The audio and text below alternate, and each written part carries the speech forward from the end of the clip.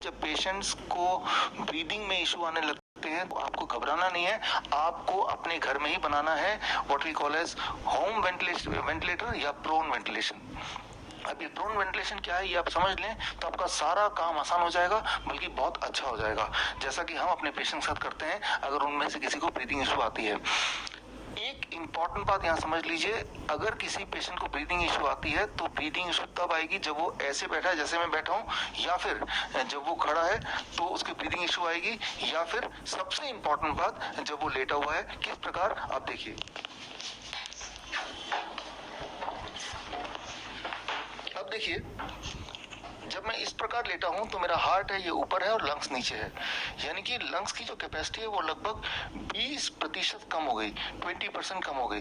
तो ऐसे में ब्रीदिंग इशू बढ़ जाएगा, राइट। जबकि हम अगर पेशेंट को प्रोन वेंटिलेशन पोजीशन पे ले आते हैं, प्रोन वेंटिलेशन पोजीशन क्या है, बहुत ही सिंपल। अब मेरा जो हार्ट है वो नीचे है और लंग्स है जो वो हार्ट के ऊपर है।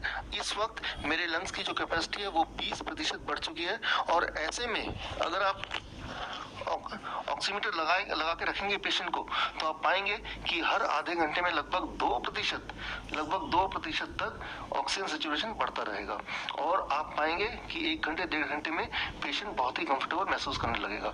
तो बस इतनी सी बात है कि पेशेंट को ऐसे लिटा के रखना है लगभग 12 से 16 घंटे, बीच बीच में आप ब्रेक भी दे सकते हैं। So this is called prone ventilation.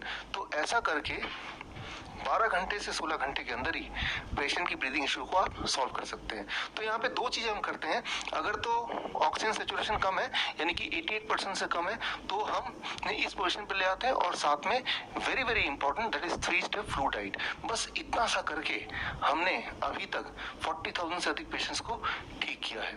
तो मैं ये बोलना चाह रहा हूँ कि चाहे वो कोविड-19 हो या कार्डियक अरेस्ट हो, ऐसे बहुत सारे सिंपल स्ट्रेटजीज हैं, मेथड्स हैं जिसको करके आप घर पे ही अपना डॉक्टर बन सकते हैं और अपना इलाज हॉस्पिटल जैसा नहीं, हॉस्पिटल से ज्यादा अच्छा कर सकते हैं।